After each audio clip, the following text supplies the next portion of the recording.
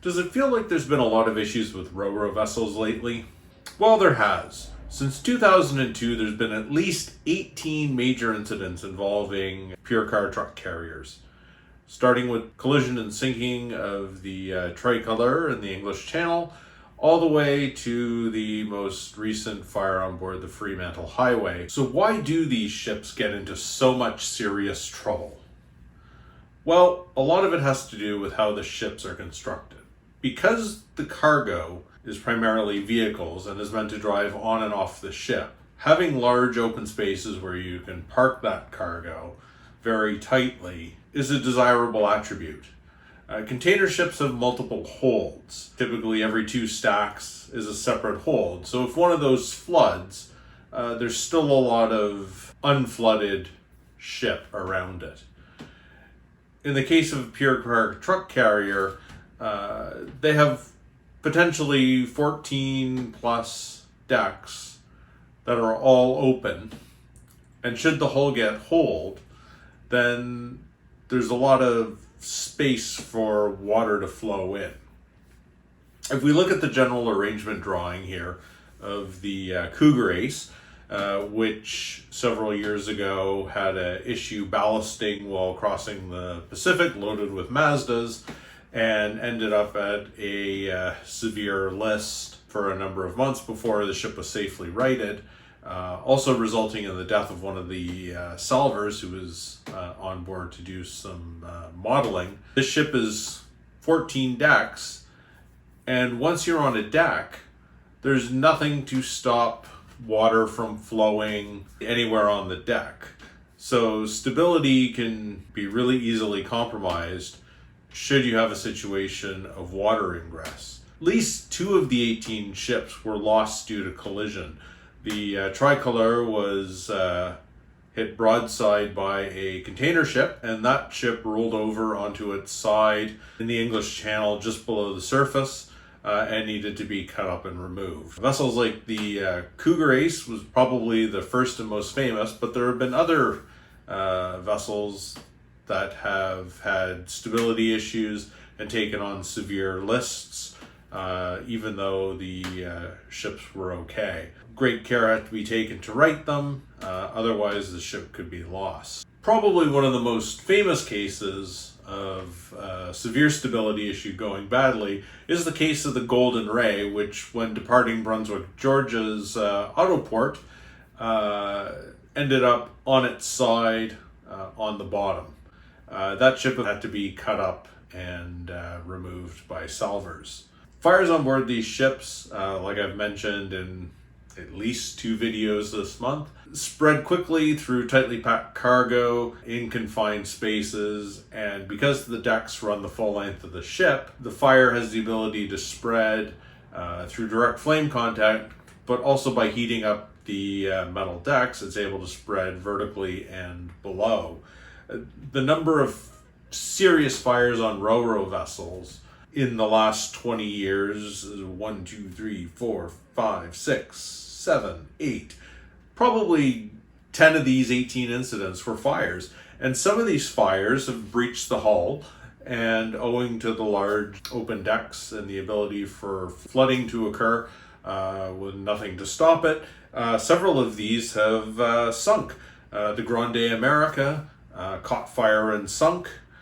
The Felicity Ace caught fire and sunk. The Ho Chi Minh caught fire at the pier in Jacksonville, Florida. It did not sink, but the ship was declared a constructive total loss. The Fremantle Highway certainly is at risk of sinking as a result of the fire if it continues to burn and is able to get below the waterline in the ship. And you can see that the car decks in this drawing of the Cougar Ace basically go right down to the tank top, so they are well below the waterline. When looking at the list of incidents, there's a couple of names that jump out right off the bat. The Grimaldi Group has 5 of the 18 vessels. The Grande Costa D'ivorio, the Grande Europa, the Grande America, the Repubblica de Roma, all of which suffered fires, as well the Ho Chi Minh was being operated by the Grimaldi Group when it caught fire in Jacksonville. Ho Autoliners itself also had a problem with the Ho Osaka, which took on a list and had to be grounded to save the ship. Mitsuo OSK Line, better known as MOL, had the Felicity Ace, the Cougar Ace. They appear on the list a couple of times.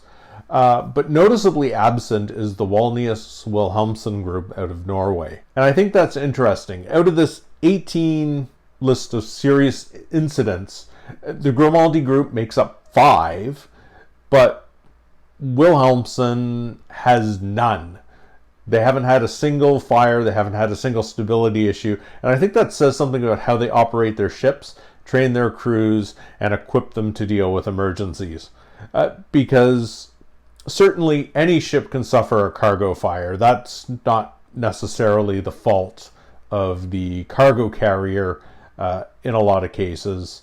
It could be the shippers with misleading information or improper declarations or just bad cargo. For the list to be heavily weighted to one operator who has 5 entries and another operator who operates just as many ro-ro vessels to have no incidents, that tells me that something beyond just luck is going on. Their business practices are such that they're able to move cargo safely and efficiently. And I think we need to compare what Wallenius Wilhelmsen is doing compared to what the Grimaldi group is doing in terms of operating their ships. And we'll have a better understanding about possible ways that we can prevent these serious incidents from happening. When these ships sink, we need to consider the loss of human life, both of the crews and the responders. We need to consider the loss of the cargo, the environmental impacts, the disruption to shipping lanes and port activities, increases in insurance, who has to cover these massive losses of the ship and often entire cargoes. In the case of the Cougar Ace, even though the cargo was undamaged, it did not burn, it did not get wet, it spent so long at a weird angle that no one was sure what the impacts on the vehicles would be, and so the insurance company wrote off the entire shipment.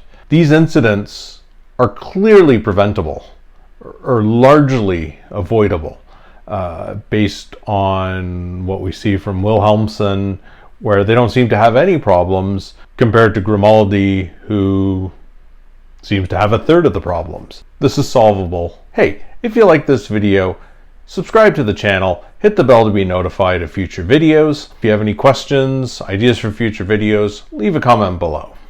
Thanks for watching.